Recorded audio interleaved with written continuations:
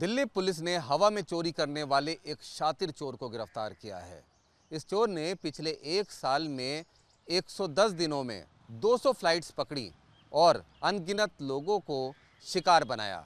दरअसल दिल्ली पुलिस को एक महिला के द्वारा शिकायत मिली थी, जिसमें उसने कहा था कि वो हैदराबाद से दिल्ली का सफ़र कर रही थी। फ्लाइट में उनका 7 लाख रुपए का गहनों का बैग चोरी हो गया। जबकि एक शिकायत और मिली जो कि अमेरिकन नागरिक के द्वारा की गई थी, जिसमें अमेरिकन नागरिक ने बताया कि उसके करीब 20 लाख रुपए का सामान फ्लाइट के अंदर से चोरी हो गया। दिल्ली पुलिस ने इस पूरे मामले को गंभीरता से लिया, जिसके बाद तमाम सीसीटीवी फुटेजेस को खंगाला गया। साथ ही साथ दिल्ली, हैदराबाद और अमृतसर कई एयरपोर्ट की सीसीटीवी फुटेज को एनालिसिस किया गया, जिसके बाद एक शख्स के ऊपर शक हुआ और जब उसे गिरफ्तार हुआ तब उससे पूछताछ के बाद एक बार को दिल्ली पुलिस के उससे पूछताछ करने वाले अधिकारी भी चौंक गए। इस शख्स का नाम है राजेश कपूर। ये वो शातिर चोर है जो फ्लाइट के अंदर लोगों को शिकार बनाता था और लगातार चोरियां कर रहा था। पिछले एक साल में 110 दिनों में 200 से ज़्यादा फ़्लाइट्स इसने पकड़ी हैं और इन फ़्लाइट्स के अंदर इसने अनगिनत चोरी की वारदातों को अंजाम दिया है। दरअसल इसने बताया कि ये कनेक्टिंग फ़्लाइट्स में जाने वाले महिलाओं और बुज़ुर्गों को ही अपना निशाना बनाया करता था। ये एयरपोर्ट पर घूमता रहता था और कनेक्टेड फ़्लाइट पकड़ने वाली जो महिलाएं थीं या जो बुज़ुर्ग थे, उनके हाव भाव से अंदाज़ा लगाता था कि इनके पास कीमती सामान है या नहीं। उसके बाद बैगेज के डिक्लेरेशन जो स्लिप है, उसको भी चोरी से या किसी न किसी तरीके से पढ़ लेता था, ताकि उसे पता चल जाए कि बैग के अंदर डिक्लेरेशन में क्या क्या कीमती सामान पैसेंजर ने बताया है, और फिर वो उसके लगातार पीछे लग जाता था।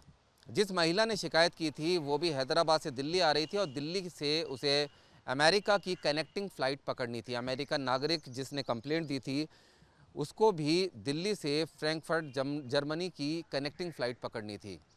ये उस फ्लाइट का टिकट लेता था और उसके बाद जिसमें उसका शिकार होता था, उसके बाद फिर एयरलाइंस से रिक्वेस्ट करता था अपनी सीट बदलने की, और किसी न किसी तरह से अपने शिकार के बराबर की सीट पर वो बैठ जाता था। उसके बाद ऊपर अपना सामान को सेटल करने, लगेज को सेटल करने के बहाने से ये कीमती सामान चुरा लिया करता था। इसके अलावा भी ये लगातार एयरपोर्ट पर कनेक्टिंग फ़्लाइट इसलिए पकड़ता था क्योंकि कनेक्टिंग फ़्लाइट में काफ़ी समय एयरपोर्ट पर बिताने के लिए मिल जाता है। फ़्लाइट से काफ़ी समय पहले ही एयरपोर्ट पर पहुंच जाता था और उसके बाद अपने शिकार को टारगेट किया करता था।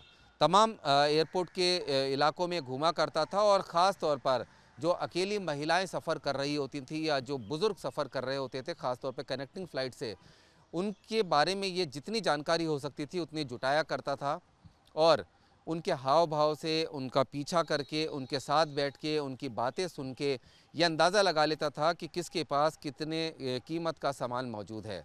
पुलिस ने इससे सघन पूछताछ की है, कई चोरियों का खुलासा हुआ है।